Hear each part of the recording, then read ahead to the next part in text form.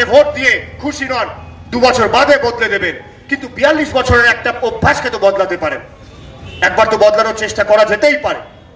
আমি আপনাদের কাছে অনুরোধ করছি, নিবেদন করছি যে যদি মনে করেন একটা সুযোগ দিতে পারেন, যদি আপনি সুযোগ দেন, হতাশ করব না।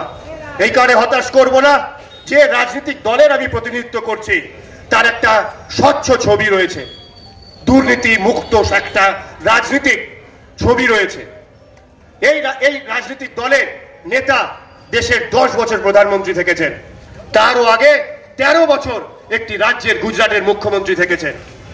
সম্পূর্ণ বেদাগ যাকে বলা হয়, কখনো দুর্নীতির সামান্যতম দাগ নরেন্দ্র মোদীর উপর পড়েনি, কখনো দুর্নীতির সামান্যতম দাগ ভারতীয় জনতা পার্টির কোন নেতা মন্ত্রীর উপর পড়েনি।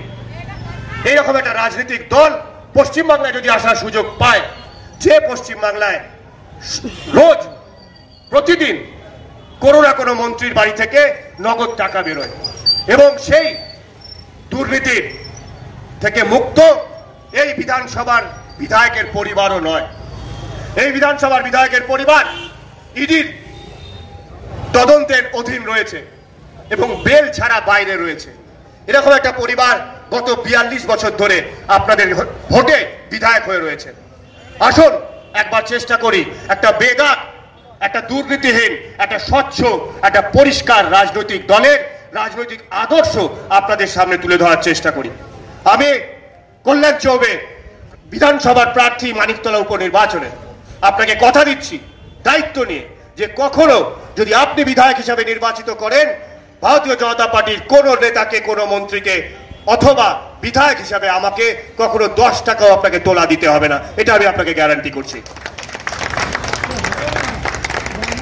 হকার নির্ভয়ে ফুটপাতে বসতে পারেন, গরিব মানুষ নির্ভয়ে কাজ করতে পারেন, অটো চালানোর জন্য লাইনে টাকা দিতে হবে না, ভ্যান রিক্সা চালানোর জন্য টাকা দিতে হবে না, এই গ্যারান্টি আমি আপনাকে দিতে পাচ্ছি। আসুন উপনির্বাচনে একটা বিকল্প চিন্তা করি, একটা পরিবর্তন আনার চিন্তা করি। বন্ধু ভালো থাকবেন, সুস্থ থাকবেন, সবল থাকবেন। ভারত মাতাকে, ভারত মাতাকে, ভারত মাতাকে।